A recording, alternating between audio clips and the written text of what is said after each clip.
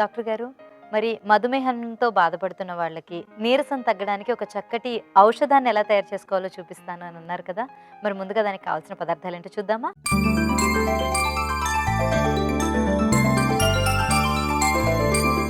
మధుమేహంలో నీరసం తగ్గటానికి ఔషధం తయారు చేసుకోవడానికి కావలసిన పదార్థాలు: అశ్వగంధ చూర్ణం, బలా చూర్ణం, గుడూచి, ఉసిరికాయ చూర్ణం, తానికాయ చూర్ణం, కరక్కాయ చూర్ణం.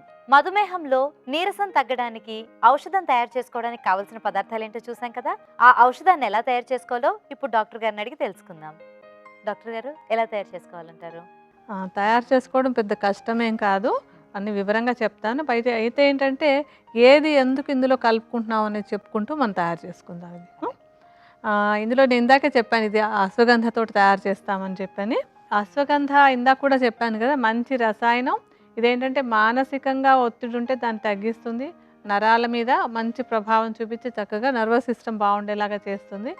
ఆ తర్వాత ఏంటంటే రెజ్యువినేషన్, రసాయనంగా ఉండి శరీరంలో కొత్త కణాలు చక్కగా ఉత్పత్తి అవ్వడానికి బాగా తోడ్పడుతుంది. ఇలాగేంటంటే మధుమేహంలో ఉండేటువంటి డ్యామేజింగ్ కారణాలు ఏవేవి ఉన్నాయో వాటన్నిటిని తగ్గించడానికి ఇది చక్కగా ఉపయోగపడుతుంది అనమాట. మంచి అశ్వగంధాన్ని తీసుకొచ్చి పొడిలాగా చేసుకోవాలి. ఈ పొడిని దాదాపుగా ఒక 50 గ్రాముల పరిమాణంలో తీసుకుని ఒక బౌల్లో విడిగా వేసుకోవాలి. ఆ తర్వాత బల అనేది పేరులోనే ఉందన్నమాట. బలాన్ని ఇచ్చేదే, నిజంగానే బలాన్ని ఇచ్చేదన్నమాట. ఇది కూడా చక్కటి రసాయనం. ఈ బల కూడా ఏంటంటే మధుమేహం తగ్గడానికి ఉపయోగపడుతుంది. అలాగే శరీరంలో ఉండేటువంటి బలహీనతను తగ్గించడానికి, అంటే నీరసాన్ని తగ్గించడానికి కూడా చాలా చక్కగా ఉపయోగపడుతుంది. ఈ బల అనే దాన్ని ఏంటంటే కొంచెం ఊళ్ళల్లో అక్కడ చిట్టాముట్టి అంటూ ఉంటారు. దీన్ని వేళ్ళని వాడతాం. ఇందాక అశ్వగంధ కూడా వేరు భాగమే, ఇది కూడా వేరులో ఉండేటువంటి దాన్నే వాడతాము. ఈ వేళ్ళను కూడా ఏంటంటే శుభ్రంగా ఎక్కడ దుమ్ము ధూళి లేకుండా శుభ్రం చేసేసుకుని దాన్ని కూడా పొడిలాగా చేసేసుకోవాలి. ఈ పొడిని 25 గ్రాములే, అంటే అశ్వగంధలో సగభాగంగా వేసుకోవాలన్నమాట. తర్వాత మనం ఇందులో వేసుకునే దాని పేరు గుడూచి. ఈ గుడూచిని ఇంకొక పేరు ఏంటంటే అమృత అని. అమృతంలాగా పనిచేస్తుంది అనమాట ఔషధంలో. ఇది అమృతంలాగా పనిచేసి అనారోగ్యాలు తగ్గించేటువంటిది కనుక అమృత అంటారు. మామూలుగా ఊళ్ళల్లో అంతా అంటే సామాన్య పరిభాషలో దీన్ని తిప్పతీగ అని కూడా పిలుస్తూ ఉంటారు. ఈ తిప్పతీగ రోగ నిరోధక శక్తిని పెంచడానికి చాలా బాగా ఉపయోగపడుతుంది.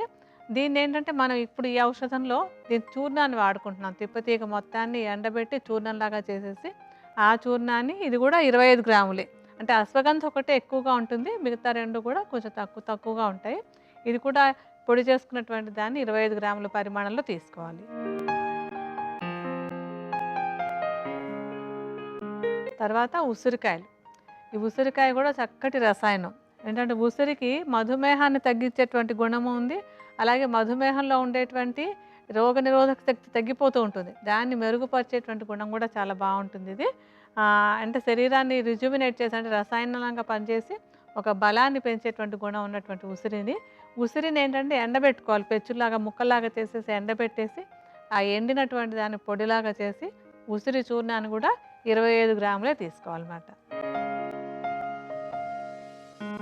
తర్వాత కరక్కాయలు. ఈ కరక్కాయలు కూడా మంచి రసాయనం. ఇది కూడా అంటే ఇందులో అన్ని రసాయనాలే వాడుతున్నాయి. ఎందుకంటే రసాయన ద్రవ్యాలన్నీ కూడా శరీరంలో ఉండేటువంటి అన్ని కణాలు బాగా పనిచేయడానికి ఉపయోగపడతాయి. అలాగే ఈ కరక్కాయలు కూడా మనకి ఉపయోగపడతాయి. కరక్కాయలు అంటే కొట్టేసి లోపల ఉన్న గింజ తీసి ఆ మిగతా ఉన్నటువంటి పెచ్చు భాగాన్ని పొడిలాగా చేసుకోవాలి. ఈ కరక్కాయ పొడిని కూడా 25 గ్రాములే. అంటే మీరు గమనిస్తే ఒట్టి అశ్వగంధ మాత్రం 50, మిగతావన్నీ సమానంగా వేస్తున్నాం మనం. ఇంకా ఆఖరిది తానికాయ. ఈ తానికాయలు కూడా రసాయనమే. ఇందాక ఉసిరికాయ రసాయనం, బలా రసాయనం, గుడూచి రసాయనం, అన్నీ రసాయనంగా ఉన్నటువంటివే. సో ఇది కూడా ఏంటంటే మధుమేహాన్ని అదుపులో ఉంచడానికి సహాయపడుతుంది. ఒక రసాయనంగా పనిచేసి శరీరంలో ఈ బలహీనత రాకుండా అన్ని కణాలు బాగా పనిచేయడానికి కూడా ఇది చక్కగా ఉపయోగపడుతుంది. తానికాయను కూడా దంచేసి పొడిలాగా చేసేసుకుని ఈ చూర్ణం కూడా 25 గ్రాములే వేసుకుందాం. సో ఇప్పుడు అన్నీ కావాల్సినవన్నీ తీసేసుకున్నాం. వీటన్నిటిని బాగా కలిపేసుకుందాం మనం.